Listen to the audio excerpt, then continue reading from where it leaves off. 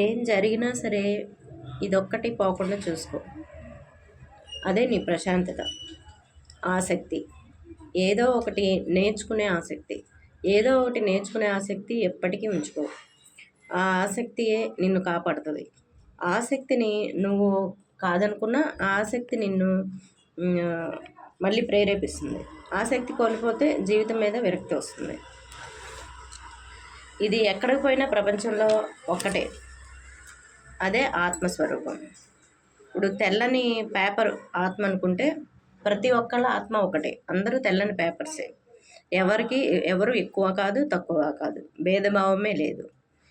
ఇప్పుడు నా తెలుపు పేపర్ అనుకుంటే అది జీవాత్మ అవుతుంది. ఈ పేపర్ నాది అనుకుంటే అది జీవాత్మ అవుతుంది. మొత్తం తెలుపు ఆత్మ. విభజించావా పేపరు జీవాత్మ అవుతుంది. ఎవరెవరు ఏమేమి రాసుకుంటారో అది మనసు అవుతుంది. ఎవరి తెల్ల పేపర్ మీద ఎవరెవరు ఏది రాసుకుంటారో అది జీవాత్మ. తెలుపుకు అంటుకోని అక్షరాలు నీ మనసు రాస్తుంది. అది ఆ తెలుపు మీద అంటుకోవు. నాని తీసేస్తే అన్ని తెలుపులు ఒకటే అని తెలుసుకున్నవాడు ఆధ్యాత్మికత తెలుసుకున్నవాడు.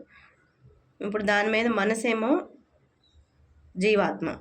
జ్ఞాని అక్షరానికి మధ్య ఉన్న తెలుపుని చూస్తాడు, అంటే మూలాన్ని తెలుసుకుంటాడు. అందరిలోనూ ఉన్నది పరమాత్మ అని గుర్తిస్తాడు. దుర్మార్గుల్లో కూడా మంచిని చూస్తాడు, అంటే ఇద్దరి యొక్క మూలతత్వం ఒకటే అని తెలుసుకున్నవాడు మాత్రమే చూస్తాడు, అంటే ఆకలి ఒకటే అని తెలుసుకున్నవాడు. ఇప్పుడు భూమిని విభజిస్తున్నాడు. ఇది నాది, ఇది నీది, ఇది నాకు, నా పొలం, నా ఇల్లు, నా ఇది అని. ఇప్పుడు వాట్ అబౌట్ స్కైని ఎవరు విభజించలేరు. 4 గోడలు తీసేస్తే తన పర భేదాలు పోతాయి. పరమాత్మ తత్వమే ఆత్మలోనూ జీవాత్మలోనూ ఉంటుంది.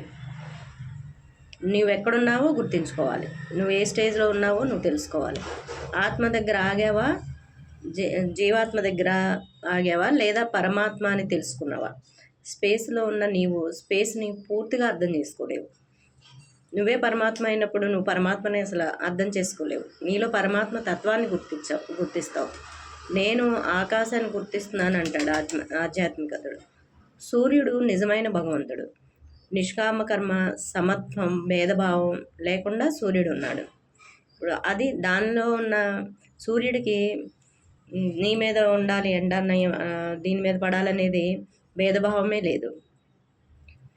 ఇప్పుడు అవధూత కూడా అలాగే ఉంటాడు, పరమాత్మ తత్వంలో ఉంటాడు, అంటే అఖండత ఉంది. దాంట్లో ఖండించడం అనేది ఉండదు.